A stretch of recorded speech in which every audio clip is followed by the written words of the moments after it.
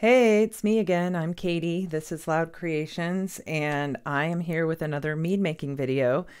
This time, I am getting on the banana craze. I've seen a lot of recipes online. I've seen a lot of videos on YouTube that have been great, and I'm taking a stab at my own one that I haven't seen, but it's the same. I mean, there's banana cream pie, and what I'm doing today is banana pudding. So, not really that much different, but I didn't want to dive into trying to figure out how to make it taste like a pie. So, I'm going with pudding. And yeah, so that's what we're doing today. As you can see, I've already started the mead. I actually started this mead about a week ago, and I went ahead and recorded the process. So let's get into it. The main ingredients, aside from honey and water for this mead, are bananas, very ripe bananas, vanilla, and then I'm going to be using lactose because pudding's made with milk, right? So that's what I'm going for. I thought about trying to get like a whole Nilla wafer thing going too, but I think that's outside the range of what I'm going to do. So we're sticking with lactose, vanilla, and bananas. The first step for making this mead is to bring about half a gallon of water to a boil in a stock pot. And while that was boiling, I went ahead and peeled and cut up my bananas and put them into a mesh bag for making a banana tea. I realized after the fact that I probably could have just chopped the bananas with the peels on, because I did put the peels in along with the bananas, the innards. And for this, you do want to use very ripe bananas that are fragrant, have some brown spots on them, and are starting to get that really sweet banana smell that sometimes can be overpowering. Great for this mead. So I went ahead, once the water was boiling, I took my bag of bananas and I tossed them in and put a lid on that and let it simmer for 20 to 30 minutes.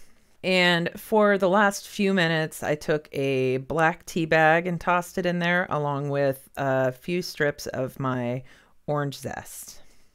Once the tea had been steeping long enough, and I think it was about, like I said, 20 to 30 minutes, I squeezed the bag to get, more of the flavors and juices out of there and remove that along with the black tea bag.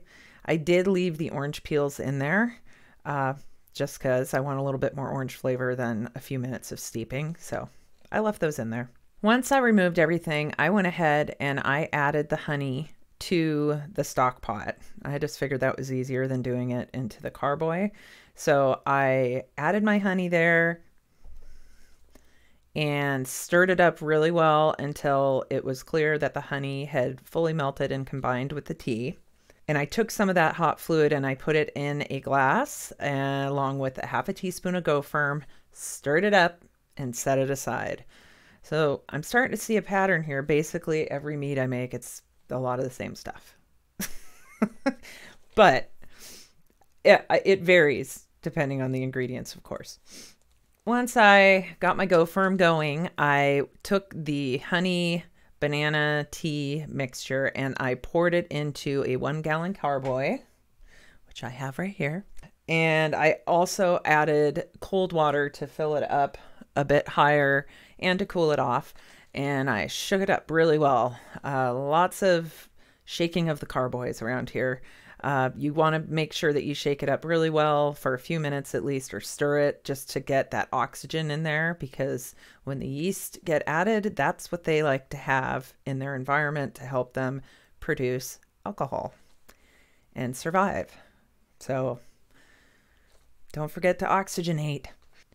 Okay, so then I, once the glass with the Go Firm was down to body temperature, I went ahead and added my yeast. I used half a packet of EC1118, added that in, stirred it up. I set that aside for a few minutes until it looked like the yeast were starting to wake up. And then I went ahead and pitched the yeast slurry. It's such a challenge for me to say that, but that's what I did. And I added it. And then I stirred it up again by shaking the carboy a little bit. And of course, at the end, I wrote my label, added it for banana pudding mead. I added the date and the original gravity, which was 1.11.